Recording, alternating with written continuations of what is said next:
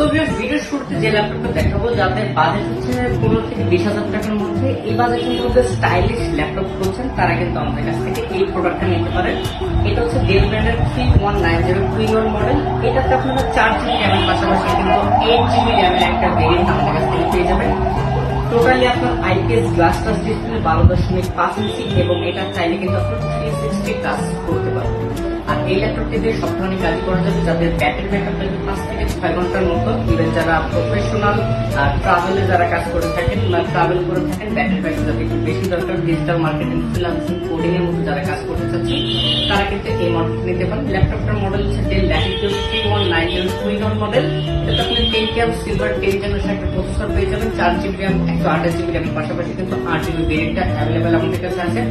4GB 128GB fresh condition রাখতেছি মাত্র 16,500 টাকা এবং 8 128 দিয়ে রাখতেছি মাত্র 17,500 টাকা।